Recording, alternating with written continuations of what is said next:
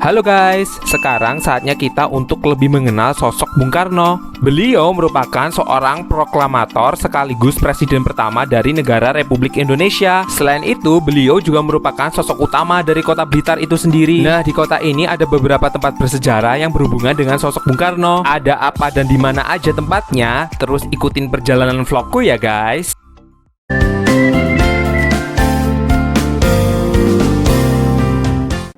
Oke guys, aku udah nyampe nih di tujuan pertama kita hari ini. Jadi hari ini aku ke perpustakaannya Bung Karno. Jadi di kompleks ini tuh ada perpustakaan, makam sama museumnya guys. Jadi komplit satu package. Nah, jadi ini perpustakaannya kayak gini guys.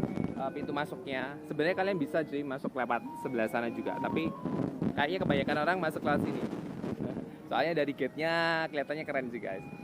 Nah, kita jalan-jalan ke dalam ya, kita lihat perpustakaannya, kita lihat makamnya Bung Karno juga, sama lihat museumnya. Yuk, meluncur. Lokasi pertama kita adalah Perpustakaan Proklamator Bung Karno. Tempat ini berada di kompleks yang sama dengan makam Bung Karno. Nah, tergantung kalian masuk dari arah mana, kalian bisa melewati area perpustakaan ini atau tidak kalau mau menuju ke makamnya. Oke guys, kita udah di area tengah nih. Jadi sebelah kanan sama kiri kita, kebalik ya. Sebelah kanan sama kiri kita itu perpustakaan guys. Tapi kan kita baru datang nih, nggak elok ya. Maksudnya mending kita tujuan pertamanya ke makamnya dulu, bener nggak sih? Kalau gitu kita langsung meluncur ke makamnya aja yuk. Kayak kurang sopan gitu nggak sih guys kalau kita mau jalan-jalan tapi belum ziarah ke makamnya. Dari perpustakaan kalian tinggal jalan lurus aja menuju ke gerbang makamnya. Jaraknya juga nggak jauh kok. Di sepanjang jalan kalian juga bakal nemuin beberapa pedagang oleh-oleh. Nah oke guys, kita masuk ke kawasan makam nih.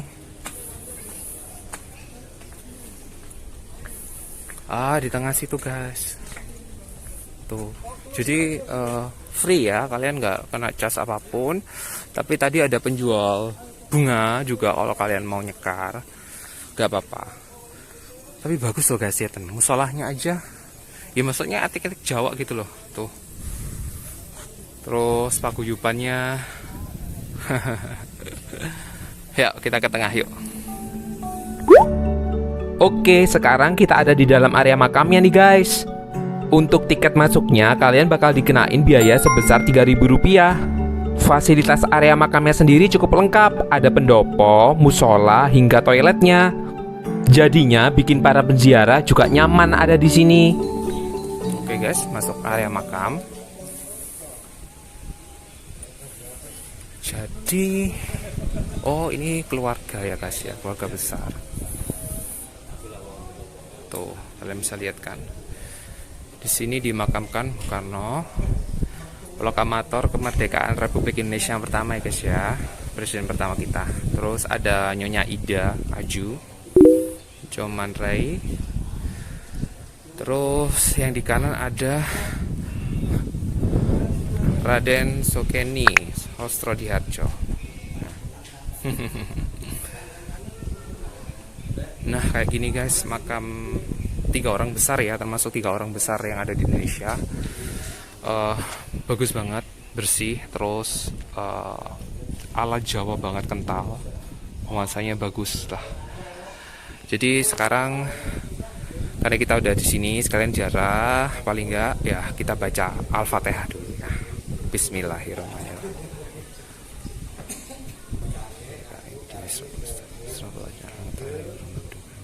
Amin.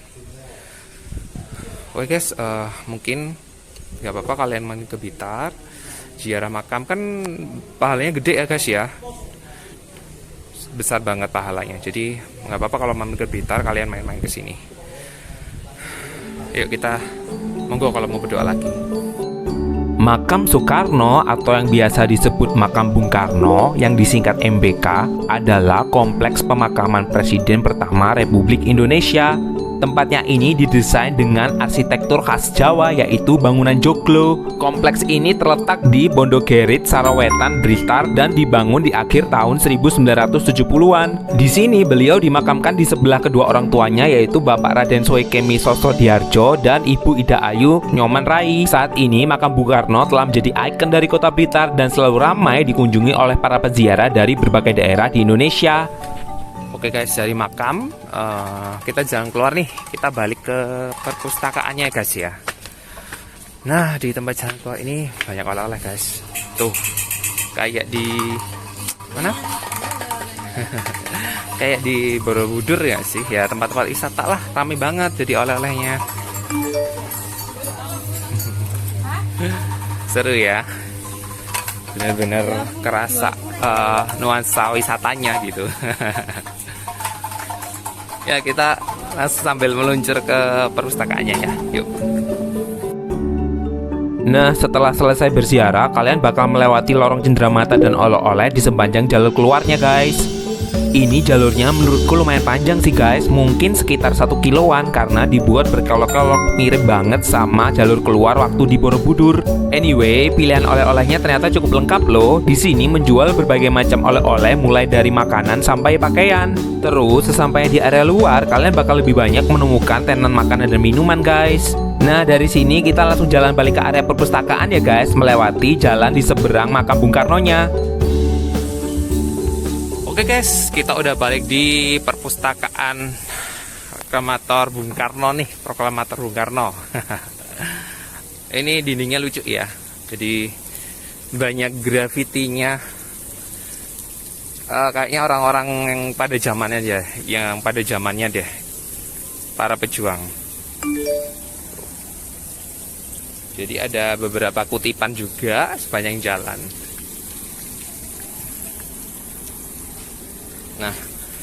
Nah, ini aku ngintip sebentar perpustakaannya.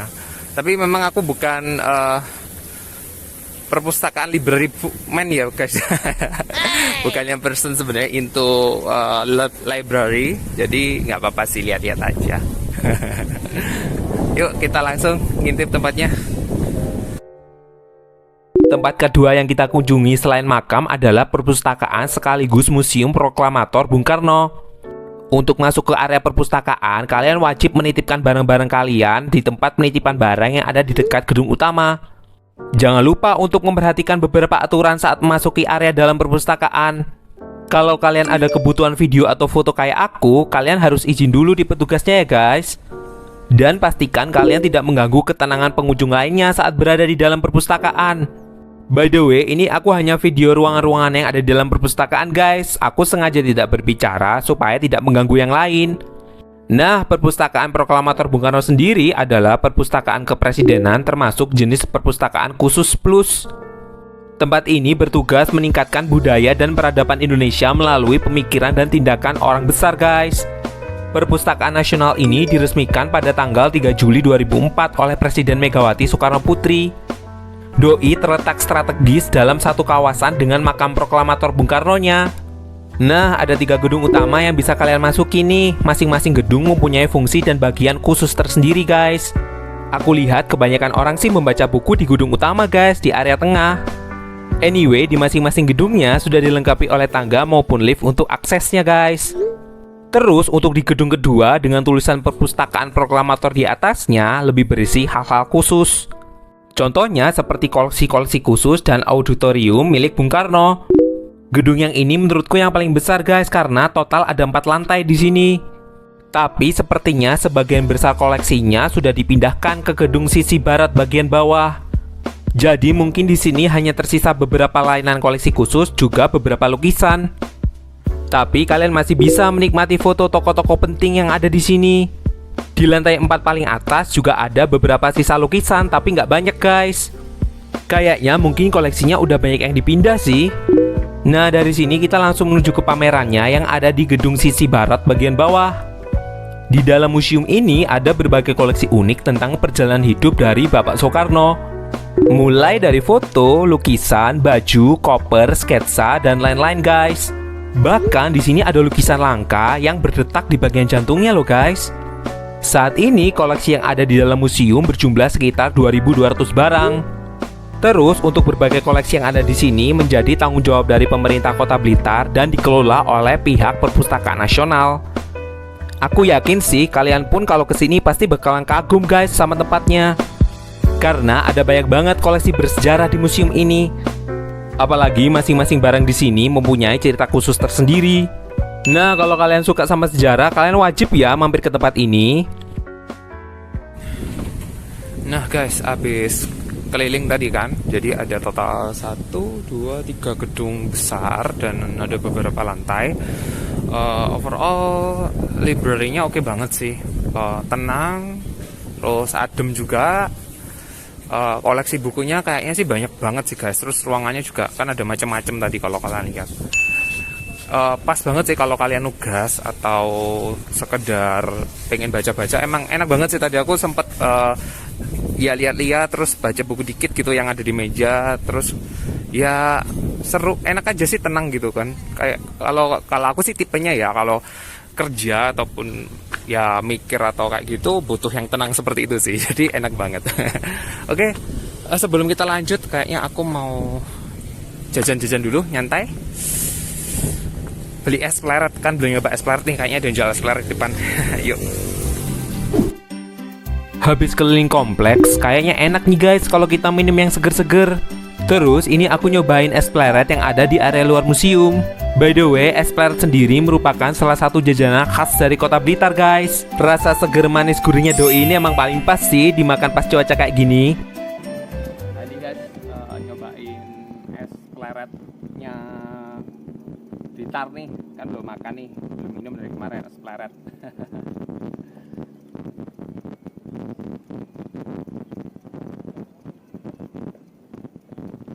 Jadi kalau kalian lihat areanya sebenarnya nggak besar ya guys ya. Jadi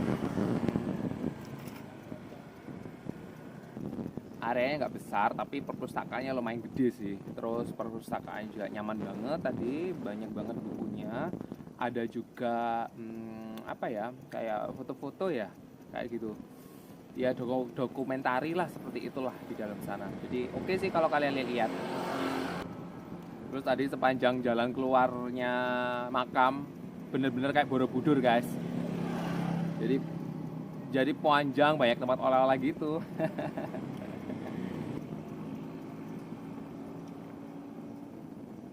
Wah, seger ini.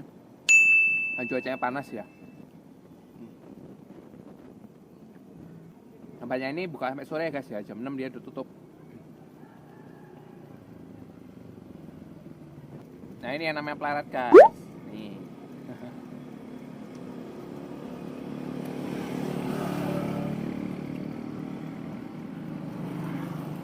Nah bisa istirahat nih.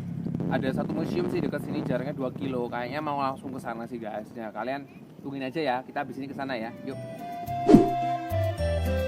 Oke, sekarang kita lanjut ke tujuan terakhir kita ya guys. Tempat ini juga merupakan tempat bersejarah dari Bapak Soekarno. Jaraknya tidak jauh, hanya sekitar 2 kiloan dari lokasi makam Bung Karno. Jadi langsung tancap gas yuk ke sana. Nah guys, kita udah nyampe nih di namanya Istana Gebang. Nah, tadi kan kita habis dari makamnya Bung Karno ya, terus lanjut ke perpustakaannya, perpustakaan Bung Karno juga. Sekarang ini kita ke Istana Gebang. Tempat ini adalah kalau nggak salah rumahnya Bung Karno atau rumah orang tuanya ya. Nanti kita cek ya di dalam ya. Kalau gitu kita masuk yuk. Oke, kalian masuk aja. Terus masuk ke dari Balai Kesenian ini kalian ada bayar retribusi. Cuman 3.000 aja guys. Jadi kalian bisa langsung masuk ke rumahnya nih. Atau ini di sekitar sini kan kayak ada patung, ada gamelan kayak gitu-gitu ya. Kalian bisa lihat-lihat dulu sih. Kita lihat-lihat dulu yuk. Begitu masuk area, kalian langsung pergi ke gedung Balai Keseniannya guys. Di sana kalian bayar tiket masuk seharga Rp3.000 aja untuk bisa menjelajahi area ini. Terus di halaman depannya kalian bisa menemukan gong perdamaian dunia dan kentong robyang untuk bersuah foto. Nah ini udah jelas nih guys, penjelasan tentang Istana Gebang itu apa. Jadi situs bersejarah, rumah masa mudanya Bapak Presiden Soekarno.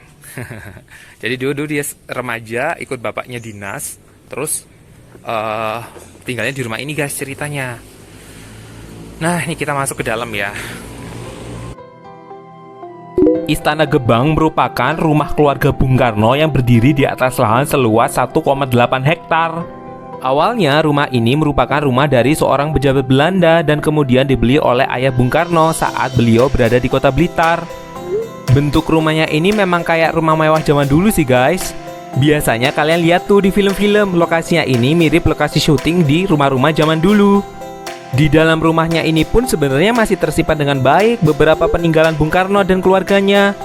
Selain berfungsi sebagai museum peninggalan Bung Karno, istana ini juga sering digunakan untuk tempat perayaan Haul Bung Karno dan juga pergelaran kesenian guys.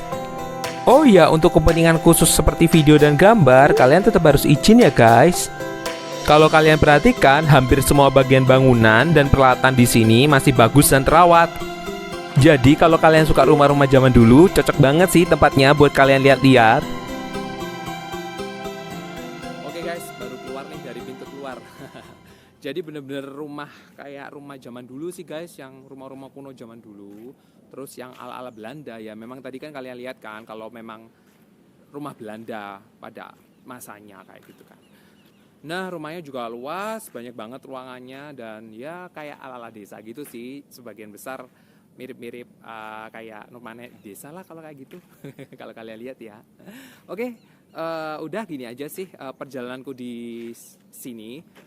By the way, kalian harus izin ya untuk ambil tag-tag video sini, nggak bisa sembarangan guys. Nah, oke kalau gitu sampai jumpa di hari berikutnya guys, alias sampai jumpa besok, bye.